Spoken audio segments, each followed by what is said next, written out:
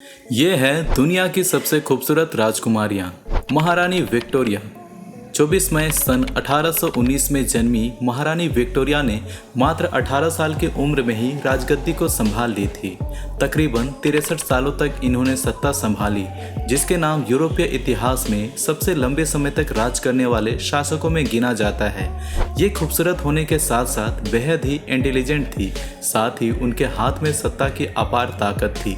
शायद यही वजह थी कि जवानी के दिनों में हर एक नौजवान का दिल उनके नाम से धड़कता था। विक्टोरिया का शादीशुदा जीवन 21 साल तक चला। वो अपने पति से बेहद प्यार करती थी, लेकिन फिर जब उनके पति की मौत हो गई तो उसके बाद उसके प्रेम प्रसंगों के कई किस्से सुनने को मिले।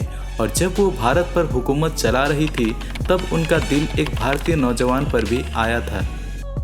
क्लियोपाट्रा को सुंदरता की देवी कहा जाता था। सुंदरता के साथ साथ क्लियोपाट्रा का जीवन भी काफ़ी रहस्यमयी था, जो आज की खोजकर्ताओं को उनकी तरफ आकर्षित करता है।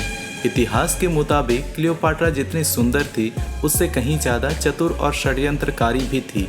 पिता की मृत्यु के बाद क्लियोपाट्रा और उसके भाई को मिलकर शासन करना था, लेकिन भाई का राज्य पर क्लियोपाट्रा की सत्ता सहन नहीं हुई और बगावत हो गई। ऐसे में क्लियोपाट्रा को अपनी सत्ता से हाथ धोना पड़ा और सीरिया में शरण लेनी पड़ी, लेकिन इस राजकुमारी ने साहस नहीं छोड़ी। रोम के शासक जूलियस सीजर को अपने मुंह में फंसाकर क्लियोपाट्रा ने मिस्र पर हमला करवाया। सीजर ने उसके भाई को मार गिराया और क्लियोपाट्रा एक बार फिर से अपने पिता के सिंहासन पर जा बैठी। कहते हैं अपने रूप को बरकरार रखने के लिए वो हर रोज 700 गधियों की दूध से नहाया करती थी। रानी पद्मिनी। धन्य है हिंदी सिनेमा जगत, जिनके बदौलत आज हर कोई रानी पद्मिनी और उनके इतिहास से बखूबी वाकिफ है। लेकिन फिर भी अगर आप नहीं जानते तो हम आपको बता दें कि रानी पद्मिनी इतिहास की सबसे खूबसूरत रानियों में से एक मानी जाती थी। वो इतनी खूबसूरत थी कि लोग उन्हें देखने के लिए तरसते थे।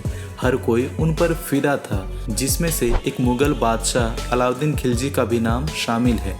रानी पद्मिनी के रूप से सम्मोहित होकर उन्हें पाने के लिए उसने युद्ध छेड़ दिया था, लेकिन वो कभी उन्हें पा ना सका, क्योंकि रानी ने बचने के लिए खुद को आग में आत्मदाह कर लिया था।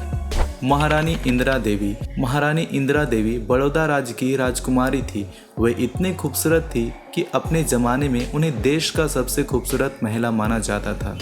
उनका विवाह उच्च बिहार के राजा जितेंद्र नारायण से हुआ।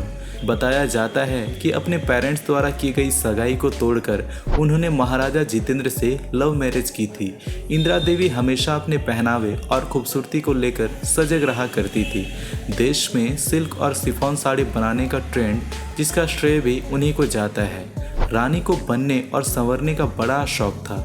इनके बारे में एक बात मशहूर है कि एक दफ़ा इन्होंने इटली के नंबर 1 डिज़ाइनर कंपनी को 100 जोड़ी जूते बनाने का ऑर्डर दिया, जिन्हें हीरे और रत्न जड़कर तैयार किया गया, और ये बात पूरी इटली में फैल गई। ज़हरा खानूम। इस ईरानियन प्रिंसेस का जन्म सन 1883 के दौरान हुआ।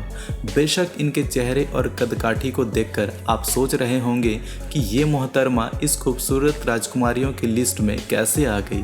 तो जान लीजिए जनाब कि खूबसूरती का पैमाना वक्त के साथ बदलता आया है, और बताया जाता है कि उस वक्त ईरान के मर्द ज़हरा खानूम के खूबसूरती के कसीदे पढ़ा करते थे। कई पुरुषों ने तो इनके प्यार में पागल होकर आत्महत्याएं तक कर ली थी।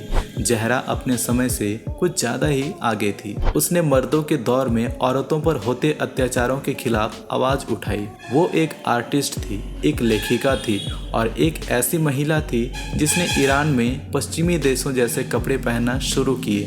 ज़हरा खानूम ने अपने पति को भी तलाक दे दिया, और जान लीजिए ईरान में उस दौर में ऐसा करने की कोई सोच भी नहीं सकता है। तो दोस्तों, वीडियो कैसी लगी ये हमें कमेंट करके ज़रूर बताएं, और वीडियो यदि अच्छी लगी हो तो एक लाइक ज़रूर कर दें, और ऐसे ही इंटरेस्टिंग फैक्ट्स को जानने के लिए हमारे चैनल फैक्ट कुक्स हिंदी को सब्सक्राइब करना ना भूलें। तब तक के लिए जय हिंद, वंदे मातरम।